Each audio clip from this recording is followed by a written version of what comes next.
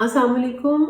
मेरा नाम डॉक्टर फिरदौस मोहिउद्दीन है और मैं American board hair transplant surgeon हूँ और आज स्टेम सेल ट्रीटमेंट के ऊपर बात करना चाहती हूँ।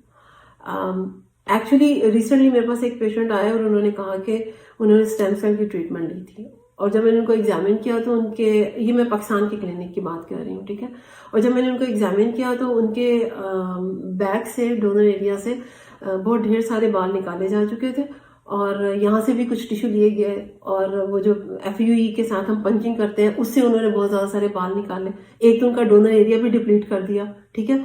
और उन्होंने टिश्यूज को प्रोसेस किया, यहाँ पे इंजेक्शन लगाए, उनसे कहा कि 1 साल में आपके बाल आ जाएंगे। नहीं आए बाल। मैंने किसी डर्मेटोलॉजिस्ट को कहते हुए सुना कि जो हेयर ट्रांसप्लांट है ये परमानेंट ट्रीटमेंट नहीं है, बल्कि हमारे पास ऐसे इंजेक्शन है, स्टेम सेल्स हैं जो आपके नए बाल उगा देंगे। तो स्टेम सेल है क्या? बेसिकली स्टेम सेल जो है ना, वो आपकी बॉडी का रॉ मटेरियल है जिससे नए सेल्स बनते हैं और उनके डिफरेंट फंक्शंस होते हैं, डिफरेंट सेल्स होते हैं, डिफरेंट फंक्शंस होते हैं। 2 सोर्स होते हैं इनके।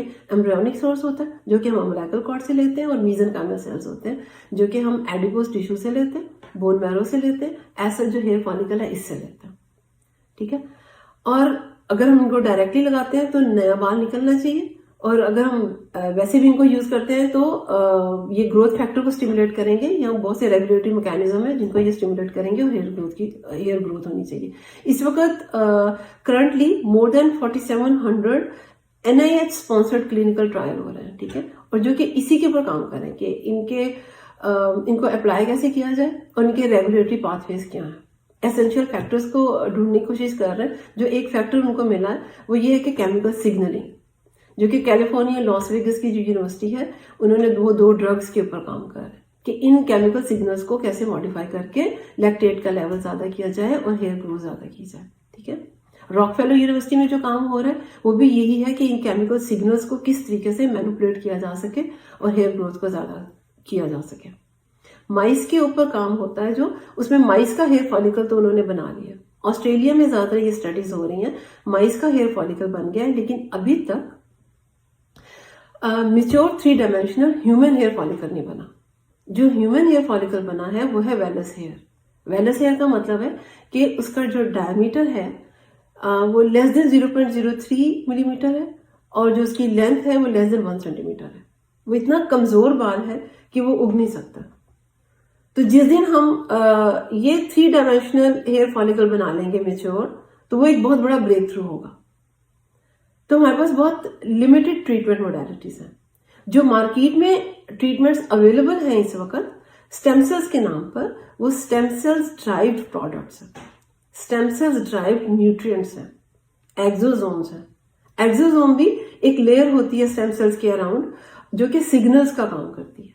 वो ऑलरेडी एग्जिस्टिंग हेयर फॉलिकल को स्टिमुलेट करती है, रीजनरेट करती है, जो इनएक्टिव हो चुके हैं और जो एट्रोफिक हो चुके हैं, मतलब जिनमें बिल्कुल जान नहीं रही, तो ये उनको स्टिमुलेट करके उनको हेल्दी करते हैं।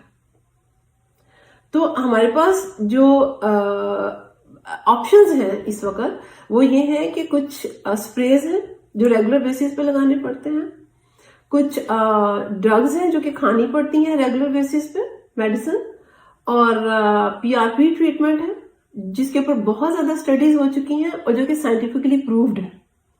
जेंटाइल एट ऑल की स्टडी का अगर मैं जिक्र करूं तो उन्होंने इसी तरीके से टिश्यूज लिए, हेयर फॉलिकल के टिश्यूज लिए, मिच्योर स्टेम सेल्स को आइसोलेट किया और उसको लोकली जब लगाया तो उसके रिजल्ट्स क्या थे?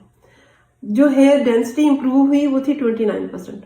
जब उन्होंने इसको कंपेयर किया उसके साथ मिनॉक्सिडिल के साथ तो 0.2 to 4% डेंसिटी इंप्रूव हुई, और जब इन्होंने कंपेयर किया PRP के साथ तो 29% इंप्रूव हुई।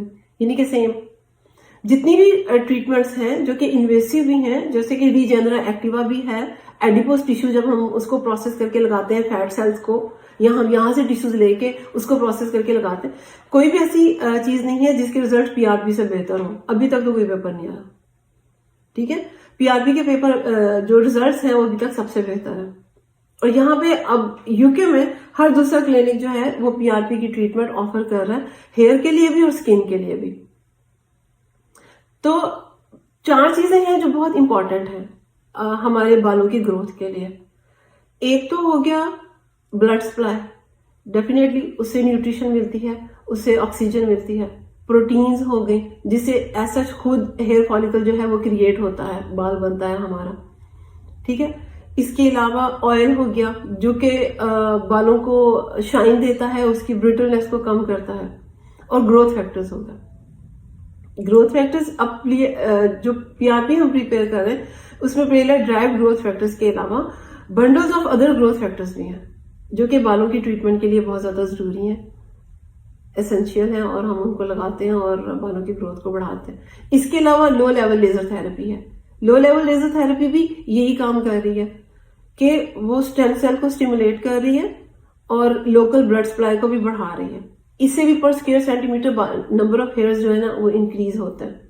पीआरपी भी पर square centimetre number of hairs को इंक्रीज करती है। इसके साथ साथ जो ईच स्ट्रिंग है आपका बाल, उसका डायमीटर इंप्रूव करती है, ज्यादा करती है।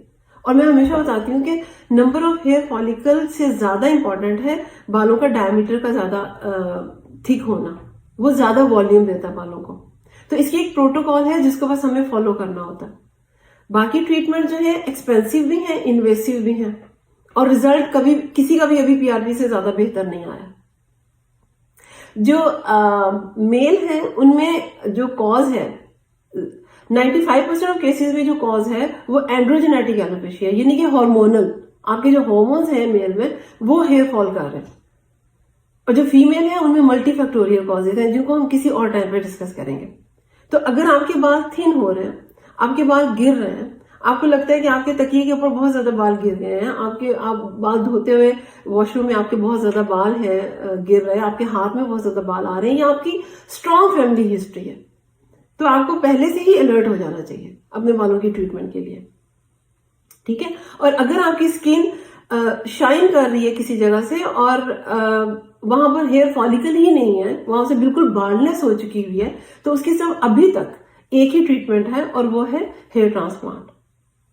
डेफिनेटली हेयर ट्रांसप्लांट के ऊपर एज के जो इफेक्ट आने हैं, जैसे 70 ईयर्स पे 80 ईयर्स पे जाकर जो उसने थिन होना है बाल के स्ट्रैंड ने, वो तो होगा, वो एक अलग इशू है। लेकिन परमानेंट ट्रीटमेंट अभी भी आपके पास हेयर ट्रांसप्लांट है। इसके अलावा बाकी सारी ये सपोर्टिव ट्रीटमेंट्स हैं और मेंटेनेंस थेरेपीज। Thank you.